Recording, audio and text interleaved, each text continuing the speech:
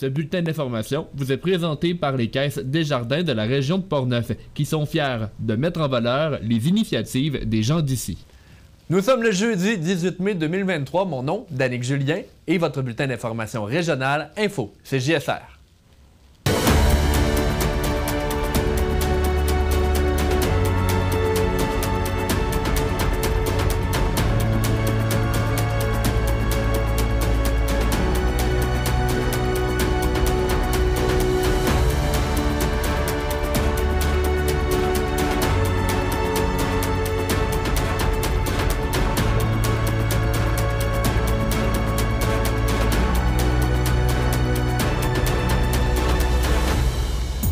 Le service d'oncologie est maintenant en opération au premier étage de l'hôpital régional de Portneuf à Saint-Raymond. On parle de l'importance et de l'histoire de la Journée nationale des patriotes avec Christian Hébert. Une compétition musicale a pris fin au théâtre du Vieux-Bardeau à Deschambault. Charles Laviolette nous en a fait un reportage. Et la Sûreté du Québec a tenu dans les derniers jours l'opération Impact auprès des jeunes de Donnacona et Saint-Raymond. Bonne émission!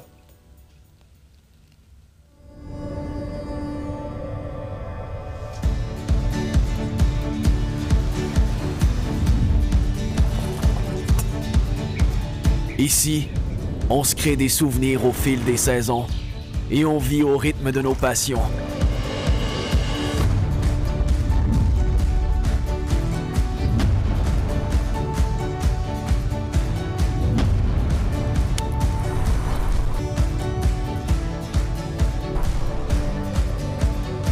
Ici, quand l'aventure nous appelle, on répond.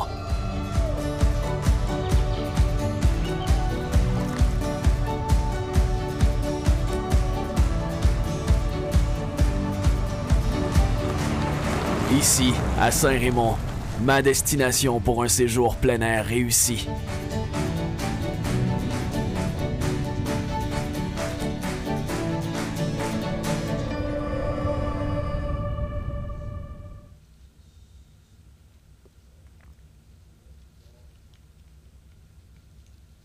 Nous commençons donc avec une nouvelle majeure pour l'ensemble de la région de Portneuf. En effet, le service d'oncologie de l'hôpital régional est finalement en service. L'annonce a été faite devant les médias de la région ce lundi 15 mai. J'étais moi-même sur place. Voici notre reportage. L'hôpital régional de Saint-Raymond-de-Portneuf a désormais un service d'oncologie offert aux citoyens combattant le cancer. Bonjour. Ça va bien? Ça va bien. Il s'agit de la première étape du plan du CIUS de la capitale nationale visant à augmenter le nombre de services en santé dans la région de Portneuf. Au dire des intervenants ayant pris la parole ce lundi matin, ce service va permettre à ceux qui vivent des traitements contre le cancer d'avoir un service plus personnalisé en plus de les aider à éviter le long temps de déplacement qui sépare Portneuf à Québec. Voici d'ailleurs la docteure Guylaine Lauzon à ce propos. Les services à Québec sont excellents. C'est vraiment de la fine pointe. C'est gros, c'est intimidant par contre pour le patient. Des services de proximité d'abord pour le transport, c'est des patients vulnérables, c'est des gens fragilisés. Fait que déjà d'avoir moins de transport à faire, c'est plus simple pour la famille aussi. Puis, les traitements de proximité, c'est moins intimidant quand ils ont une petite équipe, on finit par les connaître. Donc, les patients sont plus à l'aise de poser leurs questions. Les familles sont plus à l'aise aussi de poser leurs questions. C'est des services pas de meilleure qualité, pas plus humains, parce qu'à Québec aussi, c'est humain, mais c'est vraiment plus personnalisé, je dirais. Afin que les patients puissent profiter d'un service exemplaire, beaucoup de membres du personnel doivent travailler dans le département d'oncologie.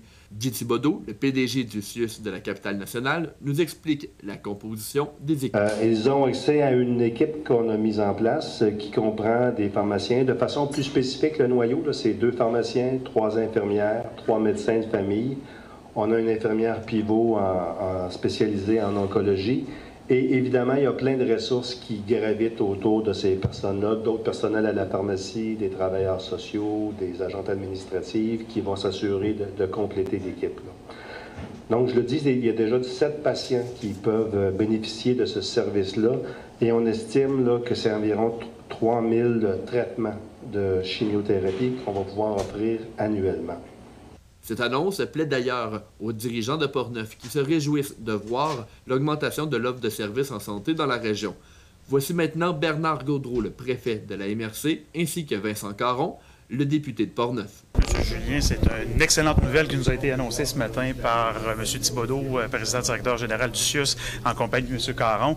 Vous savez, le service d'oncologie, évidemment, existait déjà et puis a quand même, évidemment, beaucoup d'usagers à la région de la capitale nationale. De l'avoir, évidemment, à Saint-Raymond, à l'hôpital régional, ça bonifie, ça continue, en fait, l'implication du CIUS à établir des services de proximité. Alors, on salue cette superbe annonce ce matin et qui va permettre aux Portneuvoises et Portneuvois de pouvoir poursuivre et débuter des traitements de chimiothérapie, d'immunothérapie, ici même à l'hôpital régional de Saint-Raymond.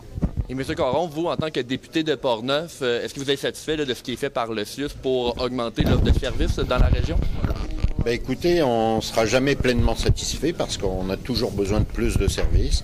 Ici, on a un équipement qui est régional. On veut optimiser encore ces services qui sont donnés parce que, on le sait, déjà d'être malade, c'est déplaisant. Donc si on peut obtenir des traitements ici, dans Portneuf, c'est toujours très apprécié. Donc on va continuer de se mobiliser, à la fois avec tous les maires, je vois M. Duplain qui est juste à côté de nous, avec le préfet, avec l'ensemble de la communauté, pour démontrer aux CIUS de la capitale nationale à quel point on n'est pas très loin de Québec, mais vous savez, quand on a un diagnostic de cancer, plus on est en capacité d'obtenir des services proches de chez nous, plus on se sent en sécurité, plus on se sent bien encadré. Donc on va poursuivre le travail tous ensemble parce que tout ça, c'est un travail d'équipe avec le comité santé, avec la fondation. Il faut que la population reste mobilisée, mais en tout cas, nous, les élus, le sommes absolument. Lors de la visite des médias dans le département d'oncologie, Jean-Pierre Quentin, un citoyen qui bénéficie des traitements, s'est dit satisfait de ne plus avoir à parcourir de nombreux kilomètres pour ceux-ci. Le voici maintenant. C'est une belle bâtisse, des équipements neufs, du monde serviable aussi. Les soins sont très bons aussi. Je ne tiens pas à la Québec pendant. Je m'avais vu ici, c'est plus pratique. Et les traitements sont bons. Afin de rendre ces services opérationnels, le CIUS de la capitale nationale a procédé au déménagement de la pharmacie de l'hôpital. On entend la pharmacienne Laurie Sylvain dès maintenant. Oui, effectivement, là, nous, la pharmacie était située initialement au sous-sol. Puis comme on devait ajouter on appelle ça comme une satellite d'oncologie, c'est là où toute la préparation des traitements se fait dans des conditions stériles, parce qu'on ne veut pas de micro-organismes qui contaminent les produits qu'on administre aux patients. Donc, tout a été déménagé au premier étage dans des tout nouveaux locaux. Il y a eu des ajouts récents aussi, là, comme une nouvelle emballeuse en sacheuse pour la médication. Donc, il y a plein de petites choses là, qui se sont greffées. Mais entre autres, là, surtout tout ce qui est le secteur stérile avec une salle de soutien, puis une hotte pour préparer dans des conditions, comme je le disais, là, stériles, tout ce qui est la médication d'oncologie. Chose certaine, la population confrontée au cancer dans Portneuf vivra les effets positifs de ce nouveau service. Lucie Côté, la responsable du relais pour la vie dans Portneuf, a d'ailleurs pris la parole pour parler au nom de ceux qui combattaient le cancer. Dans le fond, je suis ici pour parler au nom de la population touchée par le cancer. Je suis impliquée dans le relais pour la vie de Portneuf pour la 14e année cette année. C'est important de s'impliquer pour montrer aux gens, la population touchée par le cancer, par la maladie, que nous sommes là, qu'il y a des gens qui travaillent pour eux bénévolement à ramasser des sous pour faire évoluer la recherche. La Société canadienne du cancer, c'est le relais pour la vie, c'est pour la société, est sûrement très fière aussi d'ajouter des services pour la communauté de Portneuf. On représente les personnes touchées par la maladie et quand on vit ça, on a besoin d'une équipe soignante près de nous, avec nous. Ça fait toute la différence dans le cheminement qu'on vit avec la maladie, avec nos proches, avec qui est touché. Alors aujourd'hui, je veux dire un merci à tous les intervenants qui ont fait que l'aboutissement aujourd'hui d'annoncer un service dans Portneuf. Plus on offre de services, plus la population de Portneuf, la communauté de Portneuf va se sentir soutenue par des services, par des gens qui font du bénévolat pour eux, mais les services santé plus près d'eux, ça fait toute la différence. Il faut savoir que ce service est disponible pour la population, même si celle-ci est déjà en traitement. Les intervenants du CIUS souhaitent d'ailleurs que les patients de Portneuf choisissent l'hôpital régional de la région pour le service d'oncologie afin de valider son importance. C'était Danick Julien pour pour CJSR. On parle maintenant du futur de CJSR et justement, j'ai avec moi le directeur général de CJSR, Christian Mathieu Fournier. Bonsoir, Christian. Bonsoir, Danick. Christian, il y a beaucoup de choses à dire sur le futur de CJSR. Premièrement, certains de nos téléspectateurs et ceux qui nous suivent sur le web ont peut-être déjà remarqué qu'on est un peu plus présent et même l'émission, même Info CJSR est présente sur la plateforme Facebook en live. En quoi c'est important, Christian, selon toi, d'être un peu plus sur le web là, en tant que télévision communautaire? Bien, la raison est fort simple, c'est qu'il y a un clivage entre les 50 ans et moins puis les 50 ans et plus. Ouais. Les 50 ans et plus vont majoritairement être sur le câble traditionnel avec Cogeco. Les 50 ans et moins, c'est plus Internet. Donc, les plateformes comme Netflix, Tout.tv sont des plateformes qui sont très, très, très en demande avec les jeunes. Il faut aller vers ce public-là. C'est un point de non-retour. Hein? On voit la plupart des postes ont maintenant une plateforme web. Si on veut garder notre clientèle puis aller chercher une nouvelle clientèle, il faut que nos émissions soient sur le web. Ça présuppose Info CJSR, qui est notre émission qui nous informe, qui informe les gens dans Port-Neuf. Et la première étape, c'était Facebook Live. Facebook, actuellement, si vous voulez, vous allez sur la page Facebook de CJSR, puis vous avez les nouvelles. Vous nous avez en ce moment, non pas seulement à la télé, mais sur le web. Ultimement, on va le faire aussi avec YouTube. Puis on est en rodage depuis 3 semaines, ça va super bien. Et on a aussi l'autorisation d'Éric, qui est devenu Cogeco, pour faire cette émission-là live. Et justement, quand on parle de changement, je pense que les spectateurs qui nous écoutent en ce moment le voient derrière nous. On a le fond vert, on a agrandi le studio, on dirait. C'est d'autres choses là, qui, j'imagine, dans ton plan, c'est changer plusieurs choses au niveau studio à CJSR? Ou... Oui, bien en plus, on a comme autre projet pour l'automne, il va y avoir des nouvelles émissions. On va en faire davantage en studio. Puis on va créer 3 mini-studios. Il y a le studio Info CJSR. Et là, actuellement, en arrière de nous, ça va être remplacé par un vrai fond. Fond naturel avec des fauteuils, une table. On va avoir des émissions à caractère plus intimiste, d'autres plus axées sur... Il y a des jeunes qui vont venir faire des émissions, justement, qui vont en préparer cet été, sur les enjeux vécus par les jeunes. Comment ils voient l'environnement, la politique, leur futur en tant que futurs employés. Donc, on a beaucoup de jeunes, tant au niveau bénévole que des adolescents ou jeunes adultes qui veulent venir faire des émissions. Et justement, ça aussi, c'est important qu'on ait le web pour que ces jeunes-là puissent dire « Hey, on est sur le web, viens nous voir », tu sais. Et tu nous as dit des émissions plus intimistes. Bon, ceux et celles qui nous écoutent ont vu la publicité pour une de ces émissions-là, Revenir de loin. Peux-tu nous parler un peu de ce projet particulier-là? Oui. Revenir de loin, c'est une émission qui va être très intimiste. C'est des gens qui vont venir nous parler pendant une demi-heure sur des moments qu'ils ont vécu, des deuils, des périodes difficiles qu'ils ont traversées pendant leur enfance et qui ont envie de livrer ce témoignage-là pour, ultimement, éveiller les autres à s'en sortir ou à prendre conscience que devant l'adversité, on grandit puis qu'on devient quelqu'un d'encore plus fort. Donc, on est actuellement à la recherche de gens qui ont envie de venir parler en studio ici à l'automne pour nous parler de leur expérience. Donc, on contacte CJSR au 4925 dans le 337 et on peut justement manifester notre intérêt là, pour cette émission-là. Oui. Et je pense que c'est important de dire aussi, bon, tu l'as dit, des bénévoles, il y a des jeunes qui viennent nous voir, mais j'imagine que CJSR est toujours à la recherche là, de bénévoles et d'idées là, par le fait même. Là, il y a beaucoup d'idées, puis ce que je veux spécifier aussi, c'est qu'on va avoir un tout nouveau site web en septembre, une refonte complète du site qui va justement attirer, capter l'attention des jeunes. Parce que oui, c'est difficile d'aller chercher des bénévoles, mais avec ce site-là, je pense que ça va marcher. Rajeunir l'image de CJSR. Oui, rajeunir l'image. En gros. Ouais. Christian, merci beaucoup d'avoir été des nôtres pour parler des futurs de la télévision. Au retour dans Info CJSR, on parle de la Journée nationale des Patriotes avec Christian Hébert. Restez des nôtres. Les bénévoles sont partout.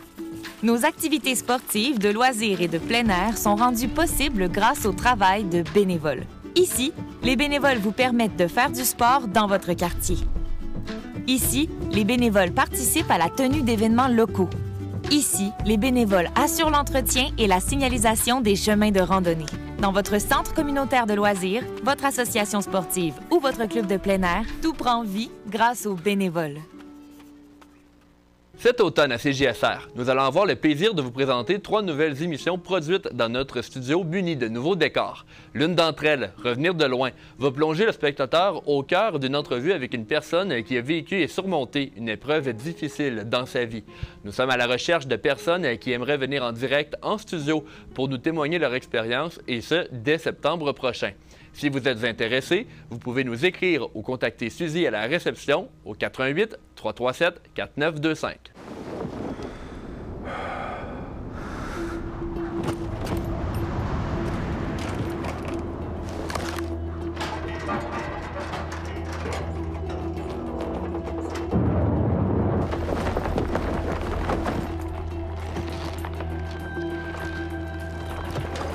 Nos matières résiduelles atteignent de nouveaux sommets. Pensons à réduire, à réutiliser, à réparer. Pensons à mieux consommer. L'événement nommé Pour femmes seulement du 12 mai dernier a été un franc succès au dire de l'organisation, tandis qu'il s'agissait de la 6e édition. L'événement réunit 230 femmes au centre multifonctionnel Roland-Dillon de Saint-Raymond devant une multitude de kiosques présentant produits et services pour les femmes.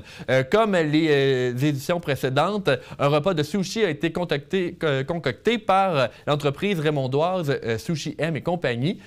On estime que depuis les débuts de l'événement en 2016, plus de 10 000 sushis ont quand même été servis. Lors des premières années, le tout se faisant en mars pour souligner la Journée internationale des femmes. Depuis 2022, après la pandémie, donc, l'événement se fait la fin de semaine, juste avant, en fait, la fête des mères.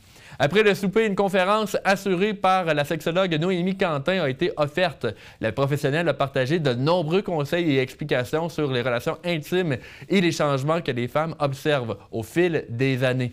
Les profits de cette activité seront remis à la maison d'hébergement Mirepi, selon Marie-Élise Juston, qui est conférencière en charge de l'événement.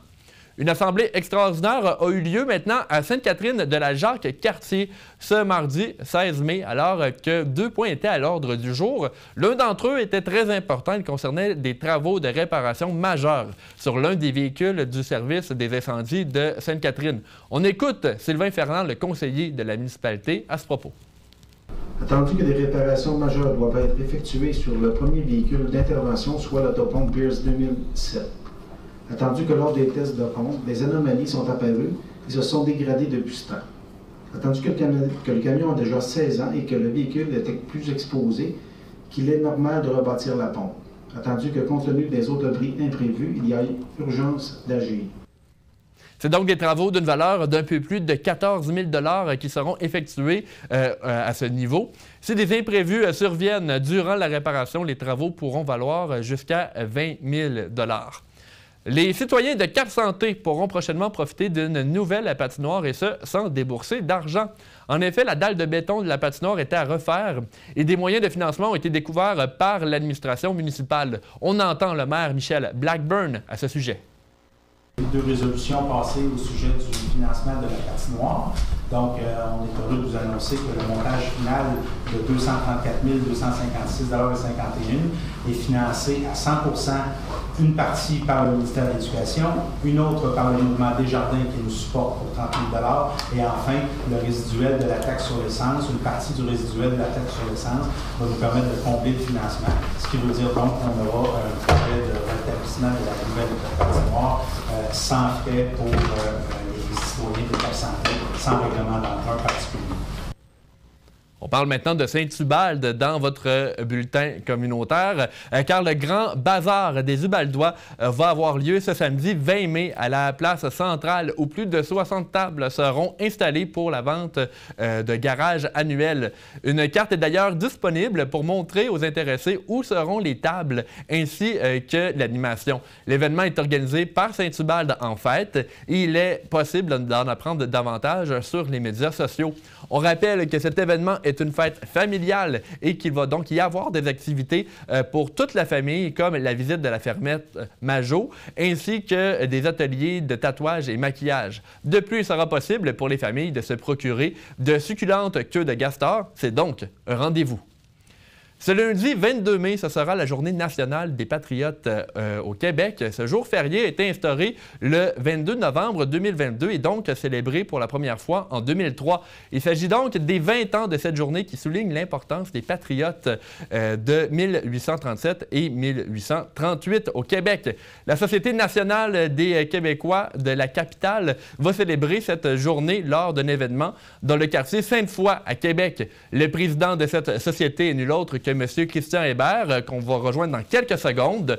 On le connaît bien dans la région pour son implication autant avec l'Union des producteurs agricoles, mais aussi pour ses candidatures aux élections tant provinciales que fédérales auprès des partis québécois et du Bloc québécois. Je vais donc rejoindre M. Hébert. Bonsoir, M. Hébert. Comment allez-vous? Bonsoir, Danick. Ça va très bien. Monsieur Hébert, on veut parler de la Journée nationale des Patriotes parce que c'est une journée qui est très importante et historiquement a beaucoup d'impact au Québec. Selon vous, en fait, c'est quoi l'importance de parler de la Journée nationale des Patriotes? Fort importance, d'autant plus cette année. Cette année, on a 2 anniversaires. Comme vous l'avez mentionné, c'est le 20e anniversaire depuis que Bernard Landry a créé cette journée-là. Anciennement, au Québec, on fêtait la fête de la reine Victoria, celle qui avait pendu nos patriotes qui voulaient un vote et le droit de choisir ses lois. Hein, et c'est ce que nos ancêtres au 19e siècle voulaient et la raison pour laquelle on a été pendus. On nous a forcés à fêter la date du couronnement de la reine jusqu'à tout récemment. Et il y a 20 ans, M. Landry a créé la fête des Patriotes. C'est également cette année le 50e anniversaire de la Société nationale des Québécois qui coordonne les fêtes locales, la fête nationale dans la capitale et bien sûr la Journée nationale des Patriotes. Et M. Hébert, vous avez parlé un peu de l'historique de cette journée-là. Vous l'avez dit, il y a beaucoup de choses à dire quand on parle de, la Révolution des Patriotes de 1837 et 1838. Là-dedans, bon, évidemment, il y a eu des pendaisons, comme vous l'avez mentionné, mais il y a aussi les 92 résolutions. Il y a beaucoup de choses, là. Est-ce que vous pensez que les Québécois savent tout ce qui s'est passé et tout ce qui entoure cette journée-là? On le souhaite, puis c'est aussi pour ça qu'on le commémore chaque année. Et c'est à travers les années, on se rend compte que c'est toujours de plus en plus d'actualité. M. Landry avait déjà dit une fois, utiliser le terme patriote, hein, puis ce nationalisme-là, est-ce que ça faisait dépasser? Non, parce que l'histoire se répète toujours. Hein. Ce que nos ancêtres voulaient, c'était un mode démocratique, hein? C'était de pouvoir choisir leur propre loi. Pas nécessairement à cette époque-là, l'indépendance, il faut se rappeler que c'est l'autorité du gouvernement britannique qui a poussé les gens à aller vers là, mais tout ce qu'ils voulaient, c'est être respectés, pouvoir choisir leurs élus. Hein? On se retrouve plus de 150 ans plus tard de cette révolte des Patriotes-là de 1836-1837. Hein? Et on se rend compte qu'au niveau économique, on a une fierté. Hein? La même fierté qu'avaient nos ancêtres à vouloir créer leur propre nation puis prendre leur destinée en main, pendant 150 ans, on nous a écrasés pour nous dire « jamais vous serez capable de gérer ci, jamais vous serez capable ». Mais maintenant, on se retrouve à être des leaders autant à l'échelle canadienne, nord-américaine et mondiale. On a une très grande fierté. C'est pour ça qu'on a Gabriel Coulombe comme conférencier économiste, co-porte-parole en économie pour le Parti québécois, qui va venir nous parler justement de ce pont-là entre le passé et notre avenir. Hein. Et on va en profiter pour nommer le Patriote de l'année, mais aussi on crée cette année un nouveau prix qui est le prix du Patriote Relève. Hein. Et on le voit autant au niveau de notre membership que l'assistance qu'on va avoir ce lundi pour notre soirée des Patriotes sur l'avenue Mirand à Québec. Hein. La présence de jeunes, je t'y invite, hein, puis il va te surprendre énormément. Et justement, on parle de cette soirée-là qui va être lors de la Journée des Patriotes, le 22 sur Miran à Québec. Des événements comme ça, est-ce que la société en a fait beaucoup dans son histoire? Là? Vous me disiez que ça fait 50 ans qu'elle existe, donc j'imagine que ça fait partie de ce qui a été fait, là. Oui, bien, depuis 20 ans, on commémore là, la Fête des Patriotes. Depuis la création officielle, on est le porteur. À chaque année, c'est aussi nous autres qui est l'organisateur pour le jour du drapeau au mois de janvier. Cette année, on fêtait le 75e, fait qu'on a créé là, une grande manifestation en avant de l'Assemblée nationale pour commémorer notre drapeau. C'est aussi nous autres qui gèrent les fêtes locales dans la capitale nationale. Fait que plus que 49 municipalités qui tiennent. Fait que la fête nationale à Deschambault, à Grondines, à Donnacona, ici à Saint-Raymond, et aller jusqu'à Baie-Saint-Paul, c'est nous autres qui est le coordonnateur. Et bien sûr, on nous connaît pour la grande fête sur les plaines d'Abraham, duquel on a déjà été nominé au prix Gémeaux. Les gens reconnaissent ce pont-là qu'on fait autant au niveau des arts, de la culture, du chant, des gens qu'on rassemble. Et des fois, on crée de magnifiques spectacles, mais surtout des grands rassemblements de nos gens et une fierté d'être québécois. Et parlons de cette fierté d'être québécois-là, parce que j'imagine que le contexte de la Journée nationale des Patriotes, on peut parler justement de la nationalité québécoise. Vous, en tant que président de la société, selon vous, qu'est-ce que c'est que la nationalité québécoise, en gros? La nationalité québécoise peut être définie au niveau légal. La semaine dernière, on avait l'activité de Portneuf ensemble qui a traité toute l'après-midi au niveau de l'immigration. C'était très intéressant au niveau de la discussion. Autant au niveau d'un immigrant, comment lui le ressent de devenir québécois, de nous par rapport à eux et par rapport à nous-mêmes, comment on se définit. Hein? Être québécois, là, c'est occuper le territoire. Okay. C'est cette fierté-là. Une langue qu'on va maîtriser, qui va avoir sa propre signature sur la communication, ce qui est ton métier, hein. L'agriculture, aller jusqu'à ce qu'on mange. Si vous avez voyagé, vous le voyez, qu'il y a une définition même de comment on est. On fait juste traverser la frontière, que ce soit de l'Ontario, du Nouveau-Brunswick, aux États-Unis, et on se rend compte juste au niveau de qu'est-ce qu'il y a dans notre assiette qu'on est dans un autre pays. Hein. Fait que on ne peut pas la définir tout simplement, mais elle doit être très englobante. Autant qu'on a des individus différents, autant qu'il y a tant de choses qui nous rassemblent. Et bon, vous en parlez avec la nourriture. Est-ce que la langue française, ça en fait partie aussi, selon vous, là? La langue française est un pilier au niveau des Patriotes, hein, la révolte qu'ils ont là. On parlait souvent, on nous définissait au niveau autant là, de notre langue qu'anciennement de notre religion, mais il faut se rappeler, et c'est un bon pont, hein, qu'est-ce qu'on fait? La révolte des Patriotes, les Patriotes étaient pour une laïcité. Hein. Oui. Et pendant toute la fin du 19e siècle, le 20e siècle, qu'on a passé à être un peu vieillot à parler de laïcité. Et aujourd'hui, hein, tout nous rapporte à ça. Hein. Oui, c'est fou ce que vous dites et ce que vous emmenez parce que il y avait beaucoup de choses qui étaient très, très, très avant-gardistes dans la Révolution des Patriotes qui, ça a été presque 100 ans plus tard qu'on a vu ça arriver là, dans nos sociétés. Et eux, déjà, en partant, ils voulaient des choses, on peut penser, avec l'égalité avec les peuples autochtones. C'était déjà, je pense, là, Autant pour leur mode démocratique, oui. Autant au niveau de l'économie, hein, il n'allait pas vers un socialisme, il n'allait pas vers un capitalisme dur, hein, il allait vraiment vers une économie qui est un peu emmené éventuellement, même le mouvement coopératif au Québec, hein, oui. qui a emmené... ils ont été avant-gardistes, ça l'a emmené un mouvement coopératif comme en agriculture, avec la coop fédérée qui est devenue Solio, avec le mouvement Desjardins. Hein. Si un jour, M. Parizeau a pensé à créer la Caisse de dépôt et de placement du Québec, mais c'est parce qu'il y a des gens bien avant lui, des décennies, un siècle avant lui, hein, qui avait vu plus loin comment on pouvait se définir comme Québécois puis prendre notre avenir en main. Hein. Fait que oui, c'est pas vivre dans le passé que de se commémorer ces grands moments-là de notre histoire.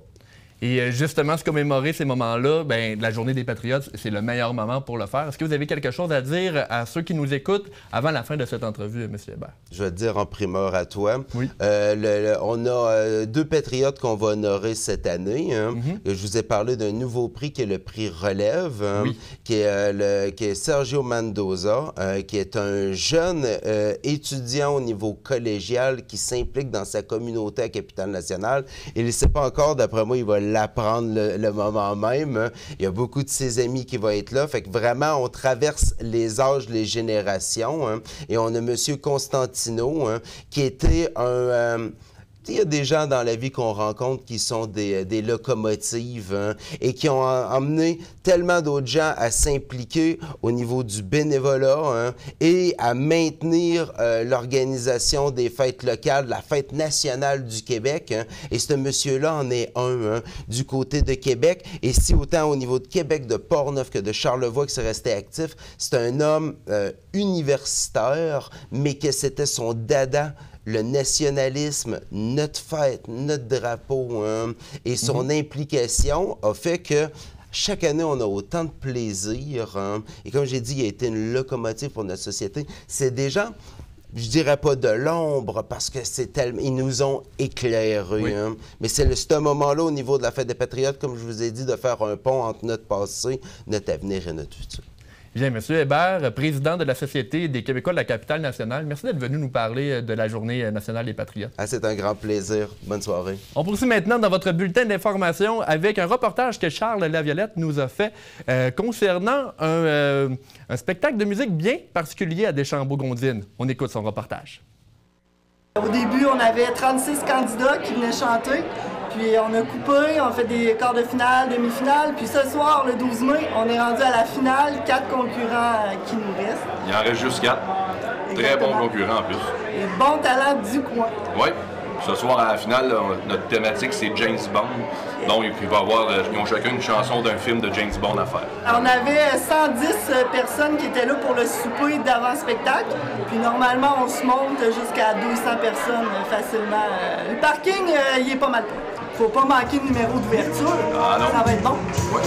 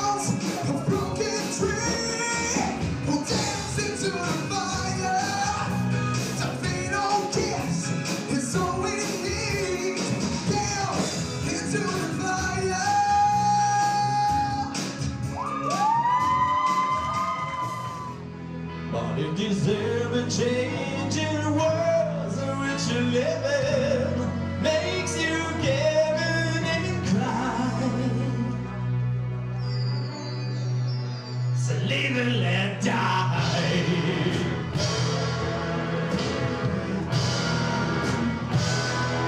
Live and let die.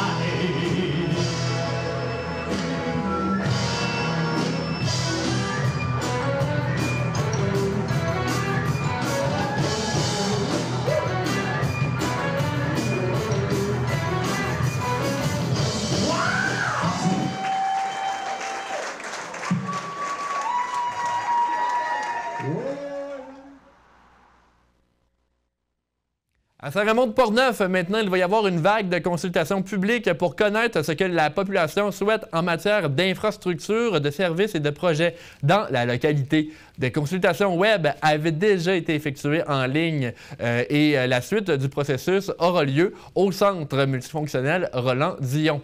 Pour la liste des rencontres thématiques, le 6 juin à 19h, ce sera les volets des loisirs, de la culture, du sport, du patrimoine, de l'environnement et de la qualité de vie. Le 13 juin à 19h, ce sera le volet des services communautaires et sociaux. Pour la mobilité, le transport et la sécurité, c'est le mercredi 14 juin à 19h. Et finalement, le 20 juin au matin, la consultation va porter sur le commerce, l'industrie et le tourisme. La MRC de Portneuf va offrir aux administrateurs des organismes à but non lucratif de son territoire des formations sur leur rôle et responsabilités. Dans l'invitation, nous pouvons lire qu'il s'agit d'une formation d'initiation sur la gouvernance démocratique et stratégique. Elle s'adresse aux administrateurs et aux gestionnaires d'organismes.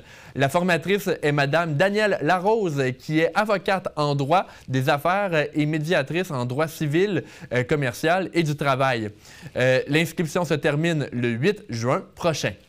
Dans les affaires policières maintenant, un peu plus avant 21h, dimanche, le 14 mai dernier, les policiers de la Sûreté du Québec ont été informés qu'un drone aurait été localisé au pénitencier de Donnacona. 2 suspects furent arrêtés dans un véhicule à proximité des lieux. Denis Dufresne, 65 ans, et Noah Auger, 28 ans, tous deux originaires de la région de Montréal, ont comparu au palais de justice de Québec sous des accusations de possession et de distribution de stupéfiants. Les policiers ont saisi lors de l'intervention du tabac, des stupéfiants, des drones et aussi des cellulaires. De plus, dans les affaires policières, 2 arrestations pour conduite avec faculté affaiblie par l'alcool ou la drogue ont été effectuées dans les MRC desservis par le Centre de services de Pont-Rouge le 5 mai dernier. Un homme de 31 ans de Saint-Raymond et une femme de 39 ans de Lac-Beauport ont été arrêtés dans leurs municipalités respectives après avoir été interceptés au volant d'un véhicule. L'éthylomètre a permis d'établir qu'ils conduisaient malgré un taux d'alcool dans le sang supérieur à la limite permise par la loi. Le 10 mai dernier, les policiers de la MRC de Portneuf ont participé aussi à la collecte de sang organisée par le service incendie de Saint-Raymond, les paramédicaux des CERCOM de Saint-Raymond et la Sûreté du Québec de la MRC de Portneuf. Plus de 150 dons de sang ont été effectués lors de l'événement. Charles Laviolette a visité cette semaine la poissonnerie au Salon des Marées de Deschambault. Un événement musical va avoir lieu à la poissonnerie ce samedi. Voici le reportage de Charles. C'est le 1er avril à Deschambault que le Salon des Marées a ouvert ses portes. L'unique poissonnerie de la région de Portneuf vient compléter l'offre en produits locaux qui est déjà diversifiée dans le village de Deschambault. Propriétaire de la poissonnerie Poisson d'Or à Québec et originaire des îles de la Madeleine, Cyrus Vigneault réalise ainsi son rêve d'ouvrir en région une poissonnerie festive qui lui rappelle sa région natale. Je pensais, je voulais revenir à la campagne, puis moi c'est ça, mais j'ai de la famille ici à Deschambault aussi. Fait que ça n'a pas été un choix vraiment, ça n'a pas été difficile de faire le choix de Deschambault d'ouvrir ici. Ben, les gens s'en font, je pense que les gens attendaient depuis longtemps, ce que je ne savais pas. Ils attendaient après une poissonnerie. Hein. C'est une poissonnerie, je dirais, musicale. J'ai commencé à pêcher, j'avais 9 ans, je pêchais avec mon père l'été. À 9 ans jusqu'à 12 ans. Puis à 12 ans, j'ai été engagé par deux de mes oncles qui voulaient que je pêche avec eux autres, pêcher au mort dans le temps. Puis après ça, quand la pêche au mort terminait, moi j'allais pêcher avec mon frère à la morue. Dans ce temps-là, j'avais 12, 13, 14, 15, 16 ans. Puis là, j'ai appris beaucoup dans ces années-là. C'est ce que je faisais aux îles l'été, j'allais pour voir la balle. aller à la pêche. Ah, j'aimais ça, j'adorais ça. Ça fait qu'après le cégep, je me suis dit, il faut continuer dans la pêche, mais j'aimerais ça travailler dans le poisson. Tu sais, comme à l'extérieur des îles, travailler dans le poisson. Puis tu sais, d'amener le poisson, puis les idées des îles, puis de Terre-Neuve. J'avais travaillé 6 ans aussi là-bas. J'offre de la bonne qualité. Là. Pour moi, je suis fier de le dire aussi. Tu as des pétons de la Nouvelle-Écosse, saumon fumé.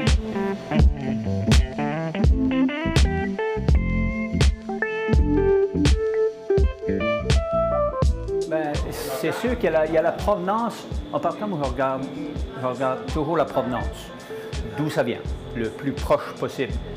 Parce qu'on sait que notre planète Terre est fragile un peu, et fait que je ne veux pas aller chercher du stock qui vient d'Asie ou qui vient d'outre-mer. Si je peux aller chercher ce qui va se faire, mettons, à Montmagny, par exemple, comme l'esturgeon fumé, l'anguille fumée, puis je vais un peu plus loin, là, ça peut être dans les cantons de l'Est, l'autre bord, dans le coin de Montréal. Ma truite vient de là, la truite qu'on achète ici, ça vient de là. Pour moi, c'est une des meilleures truites, la truite des bobines. Et puis après ça, ben, Gaspé qui fait de l'omble chevalier, la morue, l'aigle fin un petit peu. Mais encore là, pour moi, les meilleurs de ces espèces-là, la morue aigle fin flétan, pour moi, c'est vraiment la Nouvelle-Écosse que je trouve que c'est une bonne provenance. La qualité est exceptionnelle, ça vient de l'océan, ça vient des fonds assez profonds, puis il n'y a pas de déversement des rivières, rien de ça. On a ouvert la poissonnerie le 1er avril. C'est sûr, il y avait une raison, c'était pour le crabe qui commençait. Le crabe, c'était vraiment la fin mars, début avril. Je me suis dit, c'est là que ça part, on aura du fun. Après ça, ben, je savais que les crevettes embarquaient, les crevettes de cette île, crevettes avec les œufs, crevettes en écaille, qu'on appelle par ici. Après ça, ben, c'est le homard qui vient de commencer, au début mai. Mai, c'est une grosse saison de homard. Mais après ça, en septembre, les huîtres commencent. Les huîtres, ça va être des gros arriveurs. Comme des huîtres en poissonnerie, moi, je tiens à peu près entre 25 et 30 sortes d'huîtres. Autant différentes les unes que les autres. Ouais, puis des bonnes huîtres. Là. Je ne prends pas des huîtres standards, c'est vraiment des huîtres de qualité. Le 1er avril, on a ouvert et le coup de cœur qu'on a eu pour la place, pour les gens, la réponse, la pof d'amour qu'on a reçu de tout le monde. Moi, j'ai trouvé ça merveilleux. En fait, on a marié nos deux passions. Puis les gens trouvent ça extraordinaire, les gens rentrent. Beaucoup de clients, en fait, sont musiciens. Beaucoup d'enfants dans le village sont musiciens aussi. Les gens rentrent, ils font de la musique, je les invite. On a beaucoup de plaisir. C'est musical, c'est familial, c'est accueillant. J'ai goûté à tout ce que Cyrus fait. Puis en fait, c'est son saumon fumé qu'il fait ici, dans son fumoir. Moi, j'ai eu un coup de cœur, puis je dis à tous les clients, c'est le meilleur saumon fumé que j'ai mangé à vie. J'ai 57 ans, puis j'en ai jamais mangé du bon comme ça. Le fameux saumon du Nouveau-Brunswick, moi, je le choisis vraiment du Nouveau-Brunswick. Tout le temps la même affaire, du 8 à 10 livres, du 10 à 12 maximum. Je trouve que le 8 à 10, il y a un beau tas de gras dedans. Je trouve que ça fait une bonne job, puis c'est bon en tartare. La partie centrale ici pour le tartare, le sushi, le sashimi. Si on peut avoir un peu plus de personnel, on va faire des sushis très bientôt. Très bientôt. Des bons sushis. Les amateurs de poissons, de fruits de mer et de musique sont donc conviés ce samedi 20 mai au spectacle des Filles en or à la poissonnerie musicale Le Salon des Marées. Les produits de la mer seront également à l'honneur le 3 juin à Deschambault lors de l'événement gastronomique Histoire de pêche organisé par le Pôle gourmand.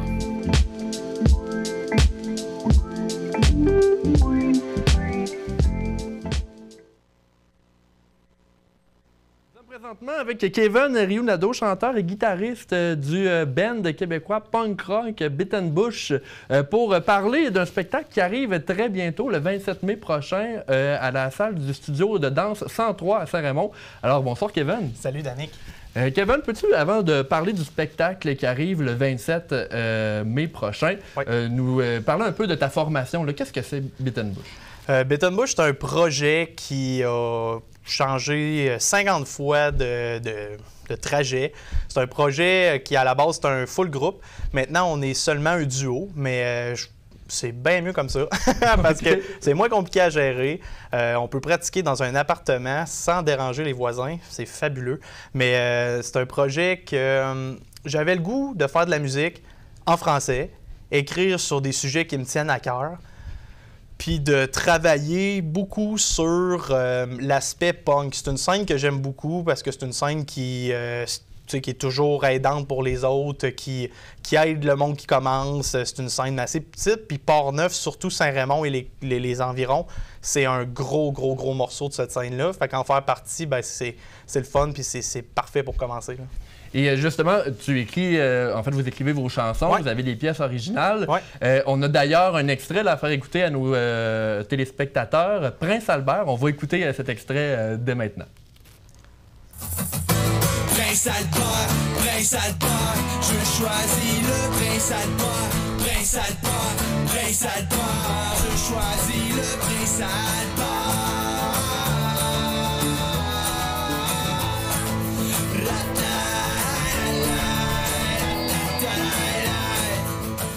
Des pièces comme ça, quand même, ça doit être un bon travail là, pour un groupe là, de pouvoir sortir un son de cette ampleur-là? Ben, je te dirais normalement oui. Sauf que maintenant, en 2023, avec la technologie qui avance, c'est tellement facile puis accessible à tout le monde de faire un son comme ça. Tu sais, ça sonne comme si ça sortait de studio puis que ça avait fait des mois, mais cette chanson-là, on l'a écrite dans un parc un après-midi.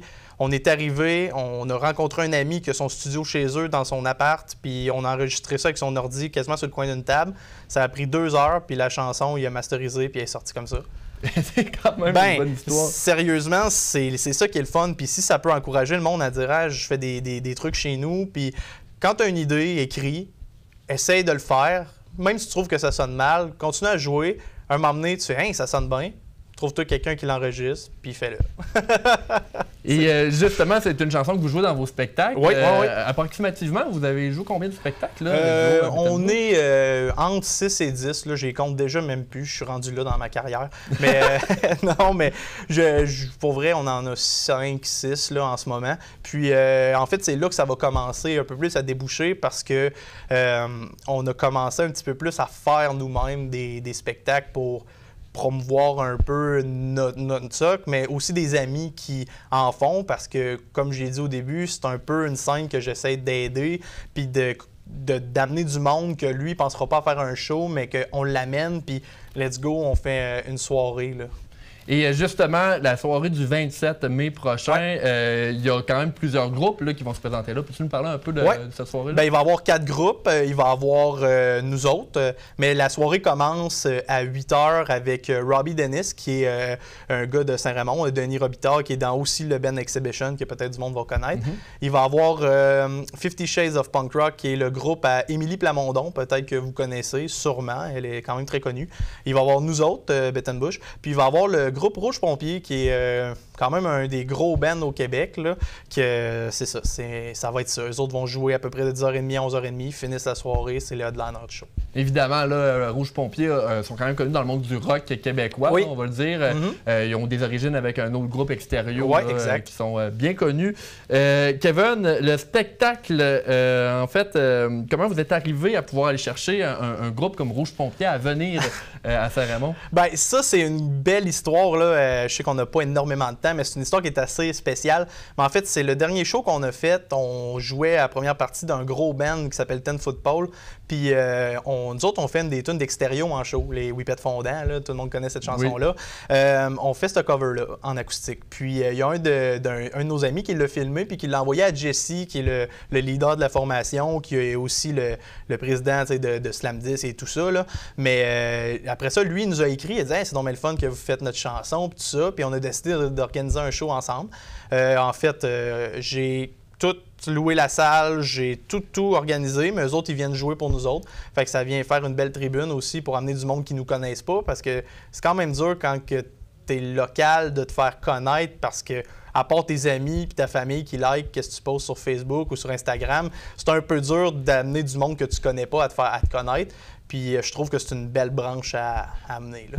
Et pour les téléspectateurs qui nous écoutent, est-ce qu'il y a encore possibilité de se procurer des billets pour le spectacle? Oui, il y a des billets sur le point de vente. Là. Vous avez juste marqué Rouge Pompier Saint-Raymond. Il y a aussi l'événement sur Facebook, sur notre page Facebook de Bettenbush. En passant, on a un tirage jusqu'à demain. Fait que si vous voulez y aller, partagez la publication. Vous pouvez gagner une paire de billets pour venir nous voir. ça serait super. Mais sinon, vous pouvez arriver, c'est 30$ à la porte, puis c'est bring your own beer. Fait que vous amenez votre propre alcool. C'est une salle qui est faite comme ça. Fait que c'est vraiment l'avantage de ça aussi, parce qu'on s'entend venir voir des groupes locaux à 30$, puis avoir à payer un bar. Il y en a qui ça peut être réticent. Mais là, c'est 30$, vous encouragez la scène locale, vous amenez votre alcool, ça vous coûte pas cher, puis on a du gros fun. En terminant, Kevin, est-ce qu'il y a d'autres actualités qui vont toucher Beat & Bush là, dans le futur? Oui, vraiment. Puis justement, je trouve que la tribune ici est belle pour ça. Je parle d'organiser des spectacles depuis tantôt, mais là, on essaie de pousser ça un petit peu plus. J'essaie d'en créer puis d'aider des gens qui commencent. Là, on a commencé une belle petite équipe de faire des spectacles. Il y a nous, moi et Félix, mon partner là-dedans, mais il y a, on amène des gens, des jeunes qui sortent de l'école en sonorisation, qui veulent venir faire la sono dans nos shows. On a des amis qui vont être là pour tout ce qui est capter le visuel. Donc, on essaie d'amener une structure puis des shows de qualité pour des groupes qui commencent. Donc, justement, si vous écoutez ou vous connaissez quelqu'un qui a un groupe qui commence dans n'importe quel genre que ce soit, vous pouvez me contacter directement sur la page de Beat & Bush ou beatandbush@gmail.com.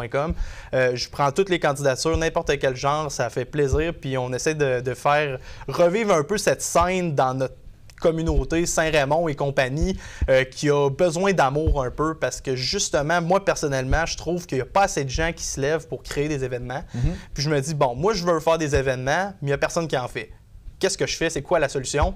Je vais faire mes shows. Fait que j'ai commencé à en faire, puis il y a beaucoup de bons feedbacks du show qu'on va faire. J'ai hâte de voir si tout le monde qui a dit qu'elle allait être là vont venir, mais probablement, parce que c'est quand même un beau nom, là. Mais avec ça, on va pouvoir dire, OK, là, on a réussi à atteindre quelque chose. Est-ce qu'on le pousse plus loin? Oui, on le fait. Puis on a quand même des belles opportunités qui s'en viennent, donc si ça vous tente d'embarquer, bien, envoyez-nous vos infos, puis on va vraiment on va triper ensemble. Kevin, merci beaucoup de ta présence avec nous ce soir. Au retour de la pause, on a un reportage sur les événements Impact de la Sûreté du Québec. Restez les nôtres. Un gin aux accents du Sud distillé sur la Côte-Nord. C'est donc bien exotique. Mettez du Québec dans vos choix en repérant les produits fièrement distillés et préparés au Québec. SAQ, le goût de partager. Cet automne à CJSR, nous allons avoir le plaisir de vous présenter 3 nouvelles émissions produites dans notre studio munies de nouveaux décors. L'une d'entre elles, Revenir de loin, va plonger le spectateur au cœur d'une entrevue avec une personne qui a vécu et surmonté une épreuve difficile dans sa vie. Nous sommes à la recherche de personnes qui aimeraient venir en direct en studio pour nous témoigner leur expérience, et ce, dès septembre prochain. Si vous êtes intéressé, vous pouvez nous écrire ou contacter Suzy à la réception au 88 337 4925.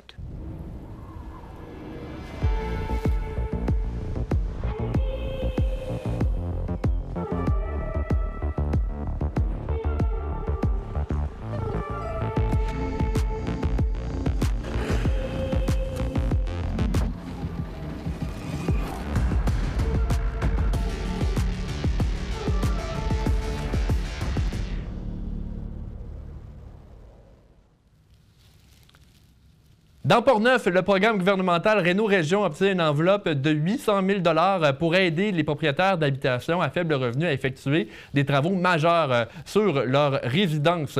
Le programme s'adresse principalement aux propriétaires qui occupent un logement présentement avec une défectuosité majeure et est régi par la Société d'habitation du Québec.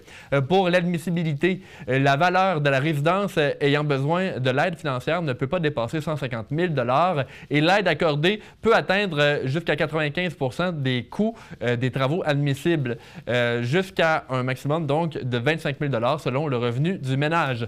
Le 800 000 $ a été annoncé par le député Vincent Caron. Il est réservé aux résidents de la MRC de Portneuf jusqu'à la fin de l'exercice financier de 2024-2025. La semaine dernière, Aubert Tremblay était du côté de Donnacona pour observer l'opération Impact de la Sûreté du Québec qui vise à sensibiliser les jeunes aux dangers de la route. Il nous a préparé un reportage, le voici. Le reportage d'Aubert Tremblay arrive de maintenant. L'événement s'adressait aux élèves de 4e et 5e niveau de l'école secondaire Donnacona. On parle d'une activité de prévention. sous forme de simulation d'accident. Il s'agit de prévention contre la conduite avec faculté affaiblie. Il y en a en masse des campagnes de sensibilisation, mais des campagnes comme celle-là, il n'y en a pas bien. On veut que ça fesse. Les jeunes en ont eu, en effet, plein la vue. Qu'est-ce qui se passe pour vrai lorsqu'on va avoir un accident? Une auto accidentée au centre du stationnement. 4 jeunes de l'école à bord. Des policiers appelés sur place. Puis des ambulanciers. Je vois que vous avez des... Et des pompiers.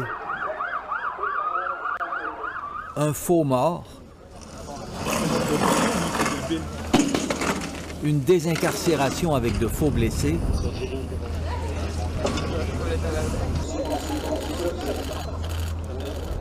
Une fausse arrestation pour conduite avec les facultés affaiblies ayant causé la mort. Cette simulation, appelée Impact, est une initiative de la Sûreté du Québec, section Portneuf. C'était la 2e fois que l'agent Jean-François Verrette organisait un tel événement. L'an dernier, ça se passait à Saint-Marc-des-Carrières. Et comme aujourd'hui, ça s'adressait aux jeunes de secondaire 4 et 5. C'est une activité de prévention. On fait ça juste avant les vacances d'été. Avant le beau temps, le monde sont plus enclins à consommer puis à prendre le véhicule, ce qu'on ne veut pas faire, un mélange des deux. Vous me dites pourquoi aussi qu'on ne fait pas ça à grande échelle ou des choses comme ça. C'est pas compliqué. Les élèves secondaires 4 et 5 sont sur le bord d'avoir un permis de conduire. Puis selon certaines statistiques, c'est ce groupe d'âge-là qu'on va viser. Pour le groupe d'âge de 18 à 25 ans. OK? Fait que c'est un groupe d'âge qui est quand même pas gros. Ce groupe d'âge-là représente 10 de la population, mais il représente 25 des accidents avec blessés. L'après-midi s'est même terminé avec une simulation du pire travail que les policiers doivent faire dans de telles occasions, aviser les parents du jeune décédé.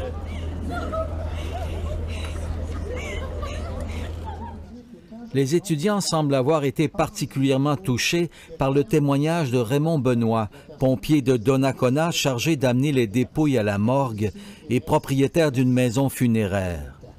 Moi, je peux vous dire que je passe 2-3 heures avec une famille d'un événement comme ça et il n'y a rien pour assurer ces personnes-là. Fait que, imaginez-vous une situation qui vous arrive quelque chose. Placez-vous dans la peau de vos parents ou de vos amis proches. Ça, c'est plus qu'important. Parce que oui, c'est le fun. Quand on s'amuse, on s'arrête pas. Oui, le liquide est bon. On a du plaisir.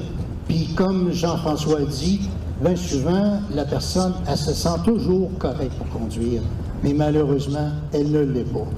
Fait que s'il vous plaît, soyez conscients, prudents. La vie est courte. Profitez-en raisonnablement. Merci.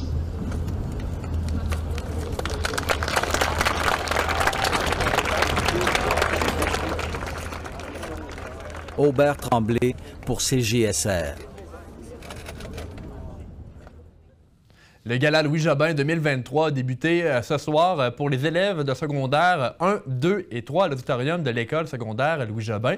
Le spectacle commençait à 19h. Demain, le 19 mai, le gala va toucher les élèves de secondaire 4 et 5, mais aussi les élèves de PAI, FPT et FMSS. L'ouverture des portes pour ce gala va se faire à 18h30. La municipalité de Sainte-Christine d'Auvergne devient l'une des premières municipalités de la MRC de Portneuf à avoir la distinction de municipalité amie des enfants. C'est à l'occasion de la grande semaine des tout-petits qu'Espace Muni, en collaboration avec UNICEF Canada, a accueilli officiellement la municipalité dans le réseau. Selon l'administration de Sainte-Christine, la reconnaissance signifie que la municipalité s'engage dans le cadre de ses fonctions à respecter les droits de l'enfant et à faire place à l'enfant dans tous ses aspects, dans toutes ses actions en fait, et à favoriser la participation citoyenne. La population de Sainte-Christine est invitée à assister au discours de lancement qui sera prononcé le 26 mai prochain, donc un dimanche, à 9h du matin, dans le cadre du marché aux puces d'Auvergne. On arrive donc à la fin de votre bulletin d'information. Je désire vous rappeler quand même que même si la saison du bingo est terminée pour CJSR, nous sommes toujours à la recherche de membres pour joindre notre équipe dans dans divers postes comme l'animation, la distribution, mais aussi la technique. Pour plus d'informations, vous contactez Suzy selon les heures d'ouverture au 88 337 4925.